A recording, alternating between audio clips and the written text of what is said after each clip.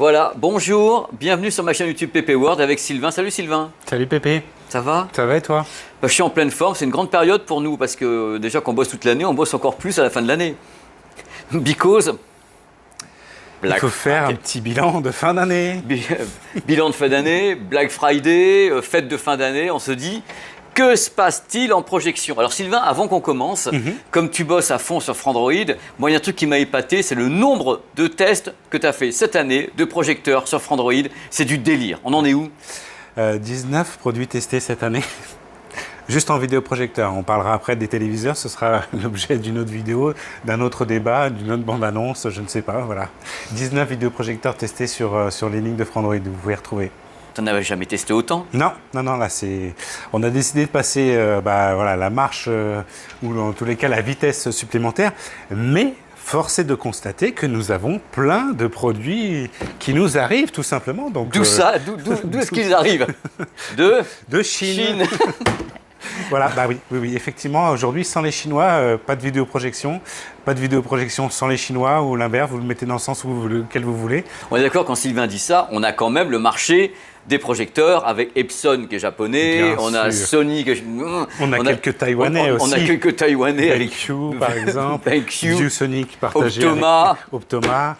Ils sont là, mais globalement, si les gens vont actuellement dans les magasins ou cherchent sur Internet, ils tombent sur ces petits produits qui se pointent de tous les côtés. Là, justement, il y a un Coréen du Sud avec LG. Mais c'est en fin de compte la vogue de tous ces petits produits portables, transportables, qu'on positionne partout, des modèles Hisense, des modèles XGMI. Mais c'est incroyable ce qui s'est passé, on va dire, en 18 mois. Oui, en 18 mois, parce que jusqu'à présent, quand on parlait de vidéoprojecteurs et pour certains de rétroprojecteurs, attention, on ne dit plus rétroprojecteur, s'il vous plaît, parce que là, on commence à avoir les oreilles qui saignent, n'est-ce pas? Parce qu'on explique ce que c'est qu'un rétroprojecteur. C'est-à-dire, quand vous projetez, quand vous rétroprojetez, c'est derrière la toile. Voilà, et donc nous on projette vers vous comme ça. On peut mettre le vidéoprojecteur derrière la toile. Donc ça devient une rétroprojection faite par un projecteur. Exactement. Les mecs, waouh! On vous a perdu. Donc, revenez. Donc Sylvain, on n'avait jamais vu ça. Non, une déferlante. Alors jusqu'à présent, c'est pour ça que je parlais de vidéoprojection, mais finalement, c'était des gros appareils.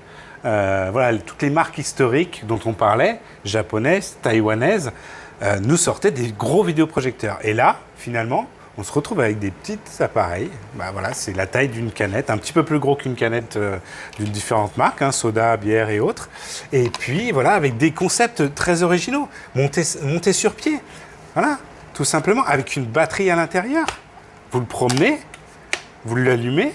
Et même le plafond. Et puis vous projetez directement au plafond. Et en plus, ce qui est génial, c'est que tout simplement, on a des fonctions d'installation. On appuie sur le bouton on, allumage.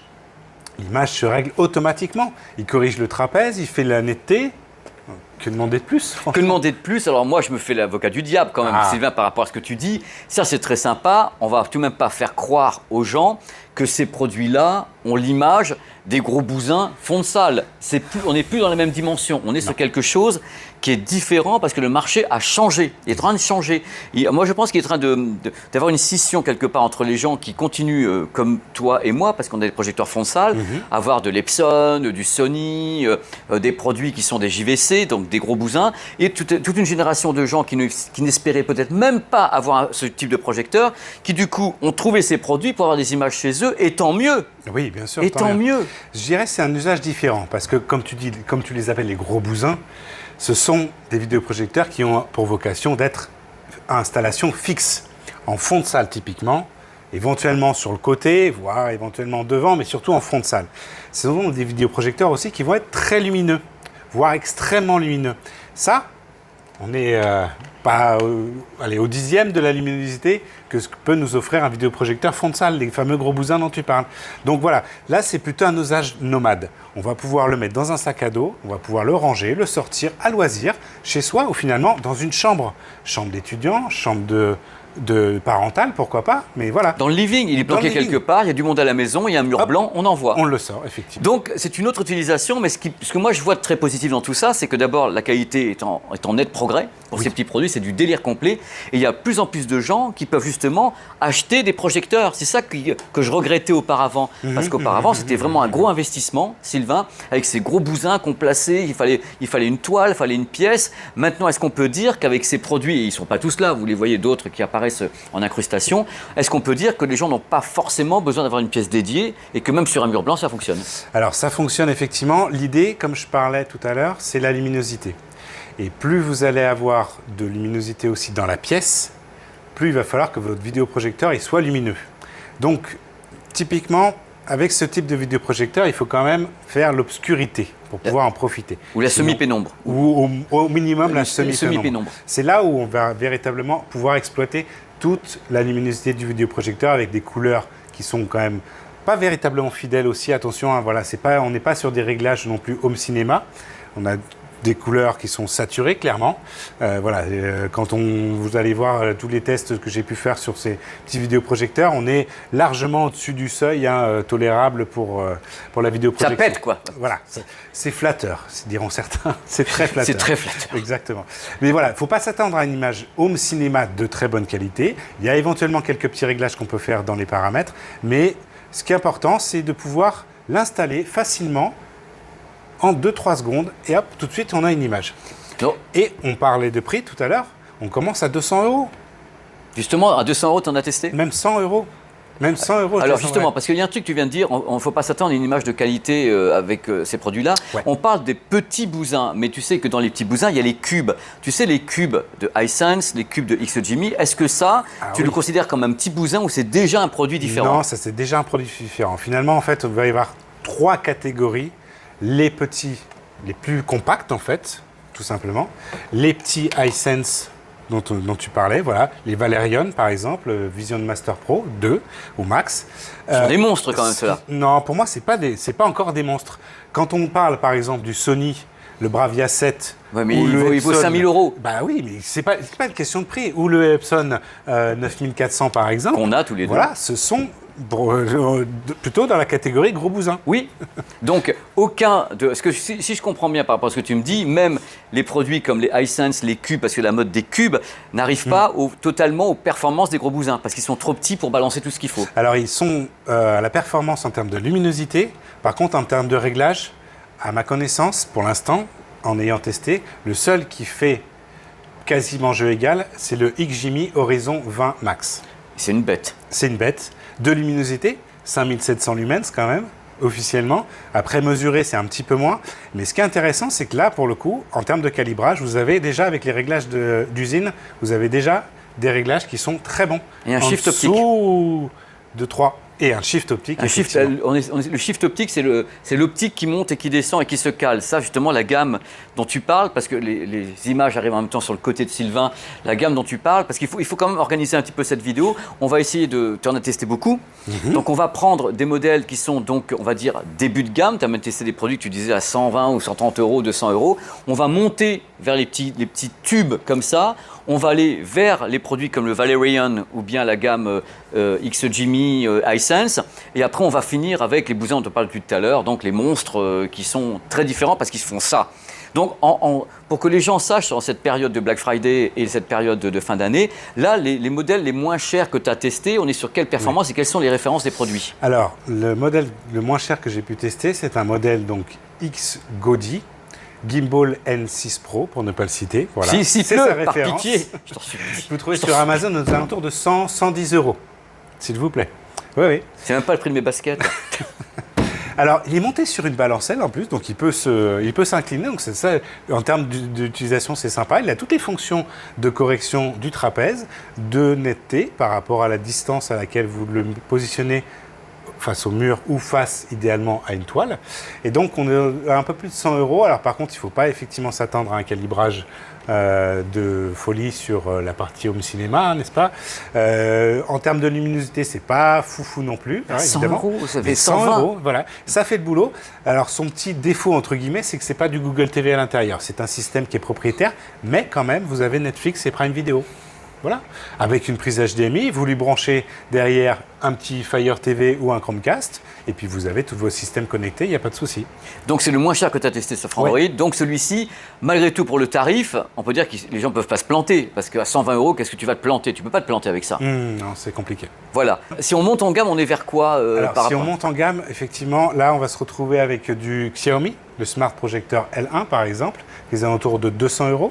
Donc là, on a un système bien opérationnel pour le coup, toujours ces fonctions de correction d'image. Et finalement, en fait, voilà, si vous les avez sur un modèle à 100 €, vous inquiétez pas, vous les avez sur les autres modèles qui sont évidemment encore plus chers. Sylvain, là, on commence à parler des projecteurs, des tarifs. Justement, les tarifs, il faut les prendre avec des pincettes. Mais malgré tout, il y a des produits qui sont vraiment très peu chers par rapport à ce qu'ils peuvent présenter. On a des produits à 350, 400 € officiels. C'est lesquels? Alors, c'est le JMGO, Pico, Play Plus. Voilà.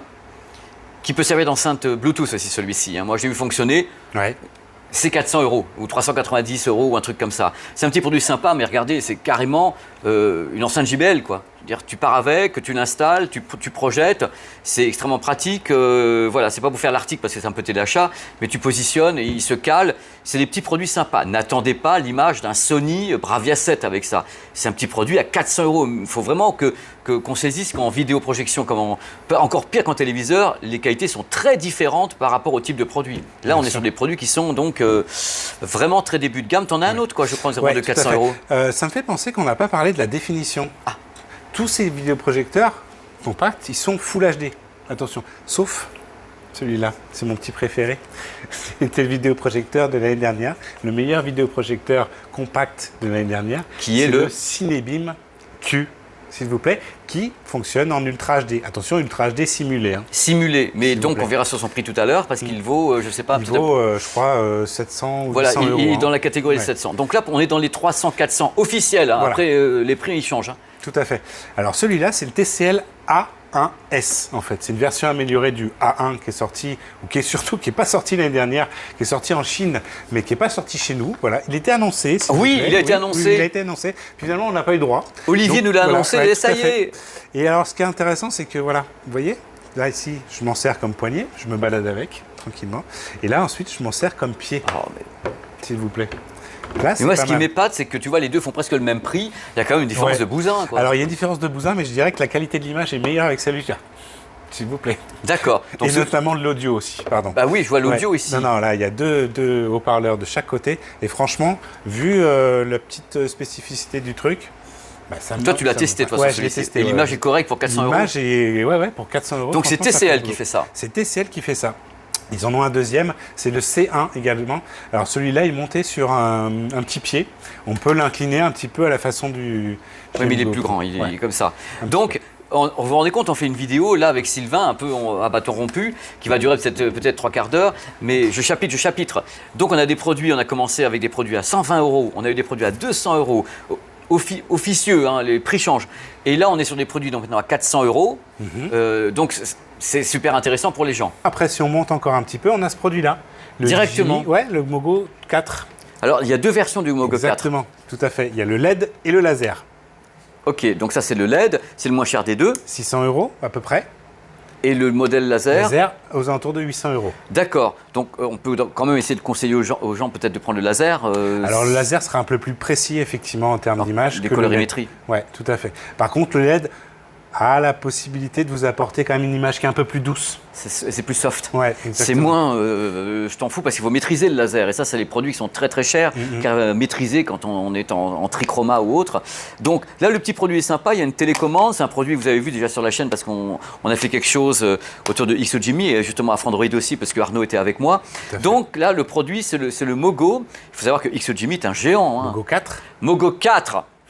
Donc c'est une image aussi, il faut savoir que ces produits n'ont pas de zoom pour la plupart. Il faut en effet reculer ou positionner, ces produits n'ont pas encore de zoom ni de shift. Donc ils corrigent numériquement un trapèze, une position, donc on a quelquefois des bords de matrice qui apparaissent.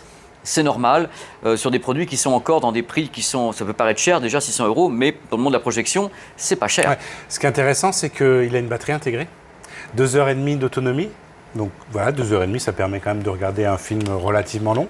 Donc c'est pas mal. Tu parlais de zoom, alors il y a certaines personnes qui vont dire oui, si finalement il a un zoom. C'est un zoom numérique déjà, et en plus, quand vous le projetez par défaut, forcément, l'image, elle fait 100% de la taille. Tout ce que vous pouvez faire avec votre zoom numérique, c'est de réduire l'image. Voilà. C'est tout, il est directement au maximum. Ouais. Le truc, il est à fond, directo. Le son, c'est Harman Kardon. Il y a beaucoup de marques qui travaillent avec Harman, donc avec Harman, JBL ou autre, pour avoir un son à peu près correct. Donc là, moi, c'est un de mes coups de cœur, celui-ci, pour le tarif. Ouais. Tu en pensais quoi je suis plutôt satisfait aussi du produit. En plus, il peut servir d'enceinte Bluetooth, avec une petite lumière là, qui s'allume. Le projecteur envoie, plus exactement, son faisceau sur la base, et du coup, ça vous fait une petite lumière d'ambiance. C'est tourné manège, regardez. Et en plus, ce qui est intéressant, les gens aiment bien, avant de se coucher, peut-être une petite projection comme ça. Il peut être vendu avec des filtres qu'on met ici, aussi pour une chambre d'enfant, vous mettez des filtres au plafond et tout, pour qu'il y ait des étoiles avec un son qui va avec. Vous pouvez positionner les filtres ici. C'est en option ou pas sur le modèle laser, je crois qu'il s'est vendu avec les 4, et là, c'est en option. Voilà, donc XO-Jimmy, un des grands acteurs. Si on continue, Sylvain, on va vers qui? Alors, on va vers Love. J'ai testé un... projecteur Love, exactement. Le WeBeam, en fait, voilà, qui fonctionne très bien. Alors, c'est un clone d'un autre vidéoprojecteur, le Dongbei. On m'a dit ça. Oui. Voilà, on m'a dit ça. Atom. Celui-ci est à 600 €. 600 € pour une luminosité de 500 lumens à peu près. Donc voilà, plus on va monter aussi, plus on va arriver à des valeurs correctes en termes de lumens, mais toujours pour ces petits vidéoprojecteurs, privilégiez s'il vous plaît l'obscurité dans votre pièce. Alors avant que Sylvain continue, sachez que tous les prix qu'on vous donne sont purement indicatifs. C'est une période, cette vidéo va rester en ligne. Il y a le Black Friday, il y a les fêtes de Noël. Vous allez avoir des amplitudes de prix gigantesques d'un jour à l'autre, voire d'une heure à l'autre. Donc on vous dit ça pour vous dire à peu près, ça tout, celui-ci, il va avoir 100 € de moins au moment de la vidéo ou bien 150 € de moins, on ne sait pas. Donc on vous donne une indication au moment où on tourne la vidéo, ce qui ne veut rien dire du tout. Vous avez la date qui apparaît à l'écran. À partir de là, nous, on vous donne un prix. On a vu les produits qui sont à 400, 500, 600. On va continuer à monter dans la strate. On est vers 700 € maintenant. On est à 750 € pour le... Alors officiellement, toujours prix indicatif pour le Philips GamePix 800 Smart. En fait, Smart, c'est pour le fait qu'il a intégré un dongle qui fonctionne sur Google TV, donc vous avez toutes les applications possibles et imaginables. L'intérêt de ce produit-là, en fait, c'est son temps de réponse. Alors pourquoi je te parle de temps de réponse? Parce que finalement, il est fait pour les joueurs.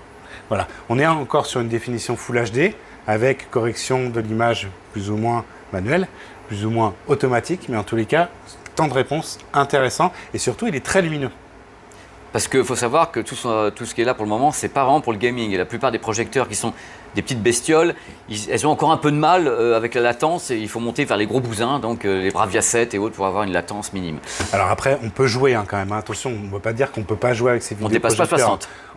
On dépasse pas 60 Hz par contre. Oui, une question de Hz, effectivement. Mais voilà, pour du petit jeu casual chez soi, dans sa petite chambre d'étudiant, si on n'est pas un joueur professionnel, franchement, ça fait le boulot. On s'amuse à plusieurs autour d'un vidéoprojecteur qui nous met une grande image, 100 pouces, imaginez ça. Vous êtes incroyable, Sylvain, vous êtes incroyable.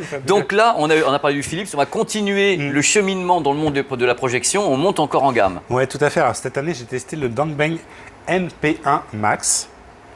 Dongbei. J'en ai vu plein en Chine, il y en a partout. Il y en a partout, effectivement. Avec une luminosité de 3100 lumens, donc ce qui est assez fabuleux. Là, il est sous Google TV et il est vraiment canon. Bon, bah écoutez, c'est incroyable. Il coûte combien officiellement celui-ci? 1500 €. Ah, on est directement passé de 700 à 1500. Vous faites même plus de détails. C'est-à-dire qu'on a qu'en effet les produits qui étaient entre guillemets accessibles, abordables. On va faire une catégorie déjà plus haut de gamme de tous ces produits qui, depuis le début, sont des modèles qui sont DLP, donc des micro-miroirs. Ce ne sont pas des modèles LCD. Dans les modèles LCD. C'est marrant. Bon, il y en avait un LCD, merci Sylvain, donc celui-ci est LCD, mais dans le monde du LCD, il y a une marque qui est très très connue et qui n'avait jamais fait ce type de produit, qui est arrivé récemment avec en plus une lampe de chevet, c'est le cas de le dire, c'est Epson. Qui ne fait que du LCD. Qui ne fait que du LCD.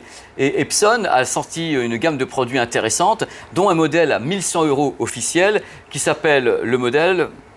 Et un modèle qui... Le EHF. Le F. Non, c'est le EF. Et Epson a sorti une gamme de produits assez étonnants, on ne s'attendait pas, dont le EF72, qui est aux environs de 1000 €, qui font en même temps, regardez, une lampe de chevet, ça vous le, et lampe de chevet en dessous, un produit vraiment, et c'est un des seuls LCD avec ce format. Et donc, tu nous as parlé tout à l'heure justement de celui-ci, qui est en fin de compte un LCD aussi, qui coûte presque 3 fois moins cher. Voilà. C'est du délire, les amplitudes quand même, Sylvain. Après, voilà, plus vous allez payer un vidéoprojecteur cher, plus vous allez avoir de la luminosité. C'est simple, en gros, c'est la ligne directrice. Donc maintenant, on va continuer à monter en gamme, monter en tarif par rapport à vos budgets pour cette année. Cette vidéo, c'est un bilan de tout ce qui est sorti. Vous vous rendez compte, 19 projecteurs testés par Sylvain. Ça vous donne une idée de la santé du marché. Moi, j'en parlais avec mes potes dans la profession et dans les magasins qui me disent que ça se vend comme des petits pains, ces trucs-là. Et surtout les petits, effectivement. Surtout tous ces modèles-là, les XGMI, iSense, tous ces petits produits, et Dongbei, les JMGO. Donc maintenant, on est à quel niveau de tarif? Alors, juste en dessous des 2000 €, hein, 1990 € à peu près, en prix indicatif s'il vous plaît, le BenQ W2720i. En fait, 2720i, pourquoi le i? Parce que vous avez un dongle qui est branché directement sur l'une des prises HDMI qui vous permet de profiter de Google TV. Comme souvent, hein, chez beaucoup de marques asiatiques, on rajoute le dongle pour profiter de Google TV en bonus, si je peux dire. Ce qui est pas mal, effectivement, c'est vraiment un bonus parce que ça n'occupe pas un port HDMI qui est à l'extérieur. Là, c'est un port HDMI qui est à l'intérieur et du coup, le dongle est intégré vraiment dans le... Oui, on l'enlève à l'arrière, on le voit, il est planqué presque à l'arrière. Il est planqué, c'est très très malin. Donc ce produit, grande marque BenQ quand même. Hein. Grande marque, effectivement. Alors, grande marque... Moyenne luminosité, allez, j'ose. Allez. Mais vas-y. Non. On est à 2500 lumens aussi, donc c'est vachement bien. C'est quand même pas mal, effectivement. Vous devenez difficile. Oui, je viens difficile parce qu'en fait, on parlait tout à l'heure d'un vidéoprojecteur, le Dongbei MP1 Max, qui est un peu moins cher et qui est plus lumineux. Donc, mais vous savez très bien comme moi, cher Sylvain, que lumière ne veut pas dire qualité d'image. Par contre, ça veut dire je t'illumine bien l'écran et je t'ennuie pas avec comment je fais, je vois rien. Parce qu'il y a quand même des produits qui sont mieux au niveau du traitement vidéo, qui travaillent mieux la colorimétrie, et d'autres qui sont, voilà, c'est très variable. Donc tous les tests sont sur Frandroid. Vous voyez à chaque fois justement les tests qui apparaissent. Parce qu'il a testé 19. Moi, j'ai testé que le Valerian avec toi. Pas eu le temps. J'ai fait que le Valerian. C'est parce que vous ne m'aimez pas suffisamment. Mais voilà, ça doit être ça. On ne se voit pas assez. On ne se voit pas assez. Exactement. Bon, alors maintenant, on va continuer, Sylvain. Effectivement, 2100 € en prix indicatif, le Anker Nebula X1. Je l'adore. Voilà. Assez génial. J'adore. Effectivement. Moi, c'est mon deuxième top de l'année, hein, franchement. On parlera du premier tout à l'heure. Mais voilà, on arrive déjà au deuxième top de l'année. En tous les cas, pour moi, rapport qualité-prix, on est à 3500 lumens de luminosité. Donc, c'est assez excellent. Et franchement, le design est super cool. Incroyable, un produit incroyable. Moi, j'adore, voilà. Mais voilà, il y a l'optique qui s'incline. C'est un balancier. Et c'est assez incroyable. C'est assez excellent, ouais. Et même chose, Nebula Anker, marque gigantesque en Asie. Gigantesque. Anker, très connu pour ses batteries. Ouais. Quand même. Qui se lance dans les robots maintenant, robots ménagers et compagnie. C'est la totale. Et donc vidéoprojecteur. Et ils vont nous faire, on en a parlé, enfin moi j'ai fait quelques news dessus sur Frandroid, comme quoi, voilà, ils nous sortent des vidéoprojecteurs avec des enceintes, des systèmes 5 points. Karaoké aussi. Karaoké, voilà, qui sont vendus avec des micros, s'il vous plaît. Donc c'est juste hallucinant ce qu'ils arrivent à nous penser. Voilà, des vidéoprojecteurs qui sont montés carrément sur roulettes. Voilà, vous installez les enceintes. Vous voyez les images qui passent à l'écran actuellement. Devant, derrière, et puis vous avez les images qui passent à l'écran. 5 points que vous mettre en extérieur, c'est assez fabuleux. Sylvain, c'est dingue. Est-ce que les gens se rendent compte un peu de la richesse de tout ça? On a un marché qui est extrêmement dynamique. C'est pas tous les marchés qui sont aussi virulents en nombre de produits. Je pense que ça va continuer à grossir d'ailleurs. Là maintenant, donc on a vu le Nebula. On continue vers les produits qui sont de plus en plus exceptionnels et pas uniquement lumineux, Monsieur Sylvain. Oui. Donc maintenant, on va vers où? Alors on va vers Valerian, le Vision Master Pro 2, effectivement, qui fait partie de mes top 3 de cette année, avec un contraste qui est juste hallucinant. On a fait le test complet sur la chaîne PP World. Hein. On en a parlé en long, en large et en travers. On s'est bien marré aussi. Excellente luminosité aussi. Voilà, on est à 3000 lumens en ISO, NSI et compagnie. Enfin, la valeur officielle en tous les cas de lumens, il n'y a pas de souci là-dessus. Et donc voilà, un excellent produit qui est un petit peu voilà, légèrement saturé. On peut faire des belles choses avec tous les paramètres. Il aime les couleurs. Voilà, c'est des couleurs flatteuses. Il aime les couleurs et puis il faut le mettre en place. On a beaucoup rigolé pendant la vidéo pour essayer de le mettre en place et tout. Vous avez la vidéo, donc vous voyez la vignette qui apparaît. On a passé un très bon moment parce que c'est pas directement instinctif. Du moins chez Sylvain, ça a été plus que chez moi parce que j'avais un écran qui était un peu bizarre. Mais c'est le cas maintenant, voilà, sur les vidéoprojecteurs à partir d'un certain prix, on lui dit de s'adapter à l'écran et finalement il va détecter les bords de votre écran et puis réduire, agencer, s'incliner, se mettre dans tous les sens pour être parfaitement rectangulaire. Enfin, c'est l'avantage de ces produits par rapport à ce qu'on avait auparavant, même parce qu'on n'a pas encore parlé des projecteurs ultra courte focale, qu'on appelle également les laser TV chez Hisense. Avant, il fallait faire un réglage par point et tout tremblement. Maintenant, vous posez et ça part tout seul. Donc, on va continuer maintenant la petite cavalcade. On monte vers les tarifs et l'excellence. Tout à fait. Alors, l'excellence, tu fais bien d'en parler, puisque pour moi, c'est le vidéoprojecteur de l'année 2025. C'est le XGIMI Horizon 20 Max. Totalement d'accord. Ouais. D'accord, c'est validé. Totalement d'accord. Pas de souci. Luminosité, s'il vous plaît, tenez-vous bien, 5700 lumens. Voilà, c'est la valeur à annoncer par le fabricant. Quand on mesure, finalement, on n'obtient pas tout à fait cette luminosité. Ça dépendra aussi du mode dans lequel vous l'utilisez. Mais en tous les cas, officiellement, c'est clairement le plus lumineux du marché. Et en plus, l'image est nickel. Exactement. Moi, j'ai vu fonctionner plusieurs fois. Il était présenté à l'IFA de Berlin. C'est une gamme entière, en fin de compte. Et c'est une gamme avec un shift optique horizontal et vertical. Ce qui manquait avant, on peut moduler l'image en déplaçant l'optique sur les 3 modèles. C'est la première fois qu'un fabricant fait ça sur des modèles aussi haut de gamme. Donc, ils ont vraiment fait un truc de folie. Ouais. Ce qui est intéressant aussi, c'est que justement, tu parlais de la colorimétrie, elle est vraiment fidèle. Tout de suite avec les valeurs par défaut. D'accord. Ça, c'est intéressant. Et finalement, c'est pas si courant que ça dans les vidéoprojecteurs. Oui, parce qu'ils sont très généreux, un petit peu en lumière et après, ils y vont. Donc, tu rappelles la référence du produit. C'est le XGIMI Horizon 20 Max. Il y a le XGIMI Horizon 20 Pro et le XGIMI Horizon 20. C'est dur à dire, tout ça. Donc, 3 modèles, vous l'avez sur la chaîne dans le compte-rendu de l'IFA de Berlin. Ça fait un carton, les produits font un carton. Plus ou moins lumineux. Ouais. Exactement. Et le dernier de l'année, alors c'est le dernier vidéoprojecteur en tous les cas que j'ai pu tester, c'est le Optoma UHZ68LZ. LV. On n'en peut plus. Les références, croyez-moi, au bout d'une heure, on n'en peut plus. Il y a 19. Alors, on termine cette sélection, en tous les cas, le vidéoprojecteur à focale classique que j'ai pu tester, c'est le Optoma UHZ68LV. D'accord. Voilà. Je l'ai dit. 5000 lumens de luminosité. On est à alentour de 3900 € quand même. Donc voilà, c'est quand même c'est le bousin, quoi. C'est un sérieux chèque. Effectivement, voilà, c'est un gros bousin. Mais qui est très bien calibré. Enfin, ça, c'est la partie qu'on avait avec Sylvain avec tous ces produits. On va terminer en vous citant les gros bousins dans le cas où vous le souhaitez, donc LCD, SXRD. Si vous avez encore envie d'acheter un produit fond de salle comme nous, on les a et on les aime, l'Epson 9400 est encore en vente. Tout à fait. À ma connexion, c'est un monstre. Ouais. On l'a. Ouais. C'est un monstre. Et tu as également le Sony Bravia 7. Oui, je l'ai eu effectivement en test, qui est excellentissime. Mais c'est une autre catégorie de produits, c'est du LCD réflectif, de SXRD. Il n'y a pas de roue de chroma, il n'y a pas de LED, c'est des produits avec du laser ou des choses comme ça. C'est très différent. Oui, c'est très différent. Alors, ils ne sont pas aussi, attention, ils ne sont pas connectés. Donc, vous n'avez pas de Google TV à l'intérieur. Il faut forcément brancher une source externe. Une Apple TV à 150 €. Voilà. Et après, voilà, ça fait vraiment le boulot. Après, lecteur Blu-ray, console de jeu, ils acceptent tout, il n'y a aucun problème. Tout ce qui est réglage d'image, à la fois, c'est simple, mais un petit peu plus compliqué que ces petits vidéoprojecteurs-là. Ce n'est pas simple, mais bon voilà, il y a quand même quelques outils pour le faire. Mais voilà, quand vous prenez celui-là, vous le mettez à peu près en face de l'écran ou du mur, et puis tout de suite, voilà, le vidéoprojecteur s'arrange pour vous faire une image rectangulaire.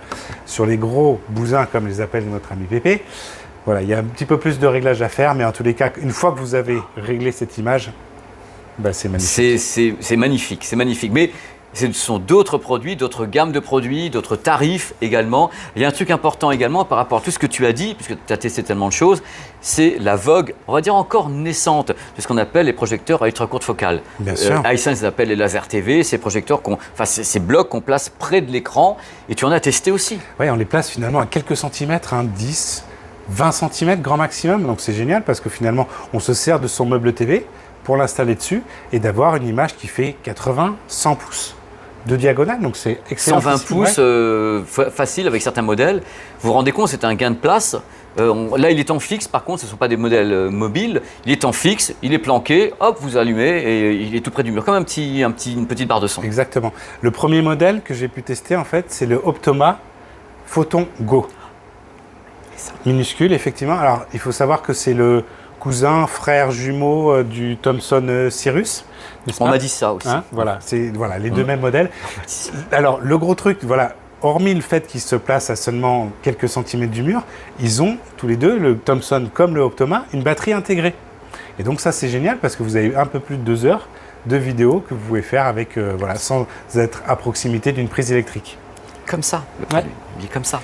C'est oufissime. Donc le produit, il faut savoir qu'à mon avis, c'est le plus petit au monde. Celui-ci, d'après ce que je sais sur le modèle Optoma et donc Thomson. Tu as le tarif de ce produit, tarif officiel? Officiel, je crois que c'est autour de 650 €, 700 €. Donc peut-être même à 450 € après le Black Friday ou pendant le Black Friday. C'est possible que ça chute très vite. Donc ça, c'est un des plus petits qu'on peut trouver. Petits, effectivement. Un autre petit qu'on a, enfin moi en tous les cas que j'ai adoré, c'est le LG. Le LG Cinebeam S ce coup-ci. C'est le petit frère de celui-là. Enfin, en gros, c'est la même version. Ils ont quasiment repris la même coque, sauf qu'il est en ultra courte focale. Vous avez une petite fenêtre juste au-dessus.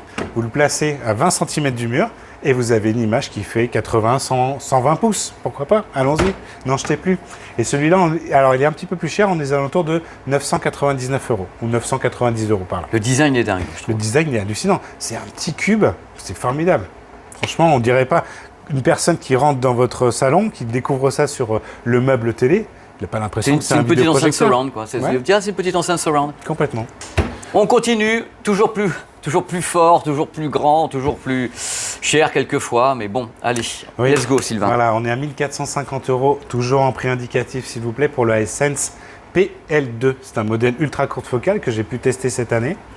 Et franchement, voilà, on est à 2700 lumens. Et une colorimétrie qui est pas tout à fait juste avec les réglages par défaut, mais on peut aller dans les paramètres pour essayer d'affiner tout ça, essayer vraiment d'en tirer toute la quintessence. Ce qui est intéressant sur les Hisense, c'est qu'ils ont un taux de contraste qui est assez intéressant. L'image est convaincante. Ils ont déjà beaucoup d'expérience. Oh, complètement. Ouais, sur plusieurs années d'expérience. Voilà, c'est ça. Quand moi j'allais en Chine et Sylvain aussi, on voyait les produits Hisense déjà dans les magasins et chez les gens. Ils sont vraiment leaders sur plusieurs diagonales en Chine et ça, j'ai toujours été impressionné. Je trouve qu'ils sont vraiment, ils ont pris une longueur d'avance. Complètement. C'est pour ça qu'on continue d'ailleurs le prochain modèle que je vais vous présenter. En fait, c'est un nouveau modèle, c'est le PT1 de chez Hisense aussi, voilà, toujours en ultra courte focale. On est un tout petit peu en dessous des 2000 €. C'est quasiment, voilà, il fait partie des top 3 en tous les cas pour moi en vidéoprojecteur ultra courte focale. On est à 2500 lumens. Alors les réglages c'est pareil, colorimétrie c'est pas tout à fait optimal. Hisense, j'ai remonté l'information, Hisense m'a dit qu'ils allaient beaucoup travailler dessus. Peut-être qu'avec une mise à jour, voilà, il y allait avoir des optimisations. On peut tripoter des choses avec une mise à jour. On peut faire des choses effectivement intéressantes. Le contraste aussi est très intéressant et on peut jouer aussi sur ce type de vidéoprojecteur. C'est ça qui est assez génial. On peut tout à fait jouer et ça c'est très agréable. Il y a un truc qu'on n'a pas dit depuis le début de la vidéo et qui va peut-être intéresser les gens. Dans un monde où les téléviseurs ne sont pas et plus 3D depuis 8 ans maintenant. Ça fait 8 ans que les téléviseurs dans le monde entier ne sont plus 3D.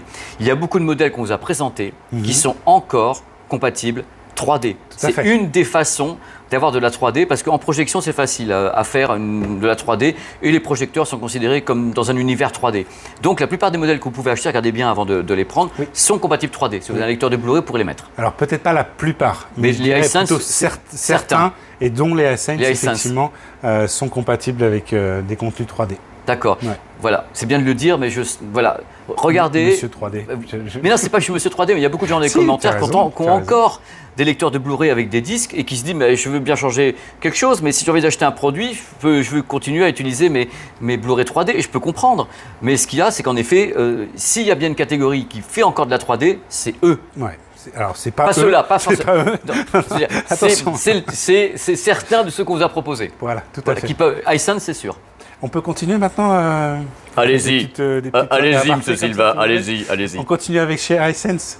Alors, pas un modèle qui est sorti cette année, mais pour moi qui reste la référence en ultra courte focale, c'est le PX3 Pro.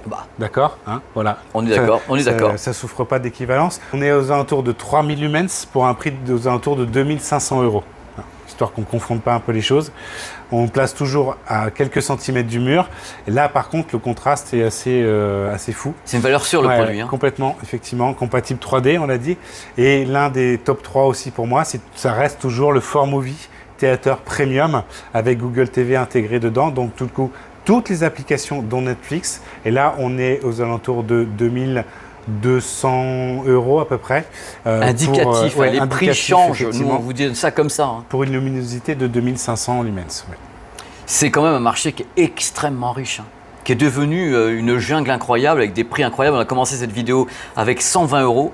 On est monté sur des produits comme les Sony et Bravia qui sont à 5000 € pour le SXRD. On est sur d'autres produits qui sont en moyenne, on va dire, ultra courte focale, c'est 1900, 2000 € en moyenne pour ces produits-là. On a des exceptions également et des produits qui sont, quand ce sont des cubes, en général, sont entre 1500 et 2500 €. On est sur les prix officieux, hein. On trouve des tas de promotions en permanence, ça se vend vachement bien. On en est où, Sylvain? On continue ou est-ce qu'on a... Là, en termes de vidéoprojecteurs, on a fait le tour quand même. Hein.